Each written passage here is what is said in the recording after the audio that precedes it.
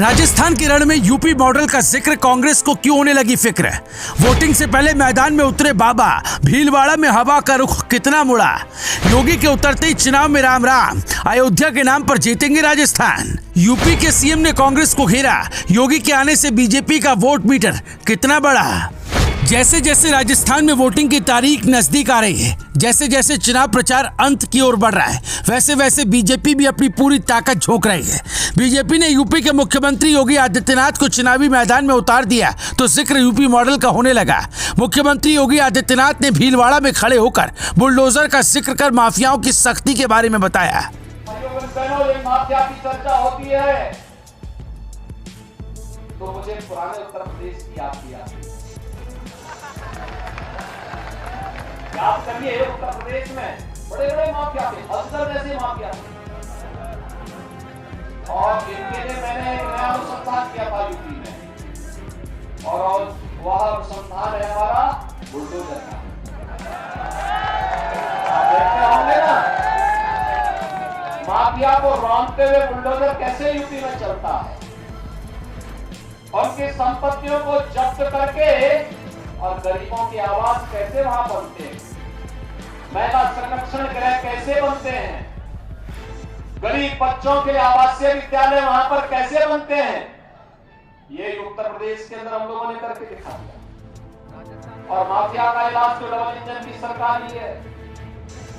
Double engine की सरकार हो, कार्य करने की इच्छा शक्ति हो, माफिया पनपने नहीं पाएगा, पनपने नहीं पाएगा। भैया बहनों, यह विकास का सबसे बड़ा बैरियर है, ये माफियागिरी, और इस माफिया को हर हाल में डबल इंजन की सरकार रोकेगी और इसके खिलाफ कार्रवाई करेगी। बीजेपी समर्थकों के सामने खड़े योगी आदित्यनाथ पूरे रॉ में थे।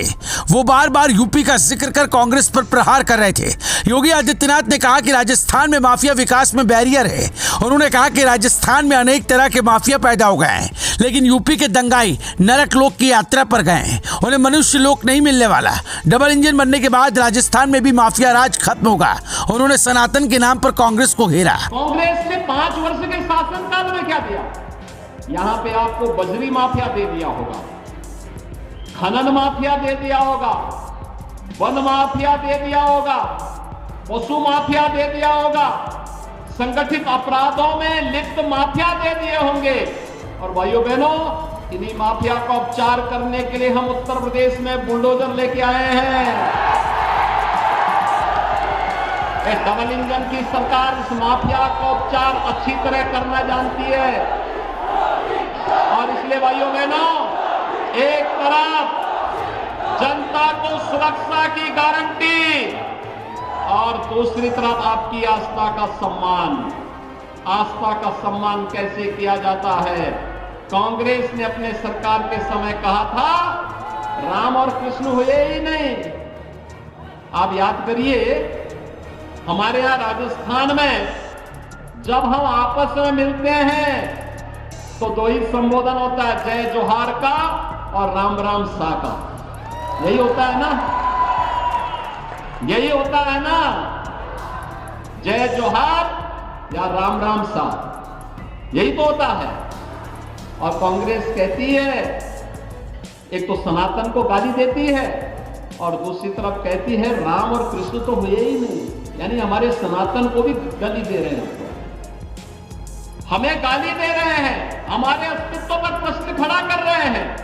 योगी आदित्यनाथ के शब्दों में तल्खी थी। उन्होंने आरोप लगाया कि कांग्रेस की पहचान दंगा और कर्फ्यू से जोड़कर एक अलग ही माहौल बना दिया है। यूपी के सीएम ने अयोध्या का भी जिक्र किया। डूंगरपुर से भाजपा कैंडिडेट बंशीलाल कटारा के लिए वोट मांगते हुए कहा कि यूपी में जब से बीजेपी सरकार आई, अयोध्या में दीपोत्सव पर लाखों दीप जलते हैं। राजस्थान 5 वर्ष से कर रहा है, जबकि इससे पहले डबल इंजन सरकार के नेतृत्व में विकास की नई राह पर बढ़ा था। सबसे महंगी बिजली और पेट्रोल डीजल राजस्थान में मिल रहा है। सबसे ज्यादा पेपर लीक के मामले भी राजस्थान में ही सामने आए। कर्फ्यू दंगा कांग्रेस की पहचान है। योगी आदित्यनाथ ने यह भी बताया कि कैसे आतंकियों के ठिकानों तक को तबाह किया जा रहा है। उन्होंने कहा कि प्रधानमंत्री मोदी के नेतृत्व में भारत पूरी दुनिया में सम्मान पा रहा है। भारत के लिए दुनिया का नजरिया बदला है। सीएम योगी ने महाराणा प्रताप, महाराणा सांगा, पन्ना धाय, महारानी पद्मिनी और मीराबाई को याद किया। उन्होंने उदय सागर झील की भी चर्चा की। योगी जब बोल रहे थे तो बीजेपी समर्थक बार बार आवाज लगा रहे थे। सभा में बुलडोजर बाबा और योगी योगी का नारा गूंज रहा था। योगी आदित्यनाथ की भीलवाड़ा के जनसभा में 50,000 से ज्यादा लोगों की भीड़ थी। Bureau report, news live TV.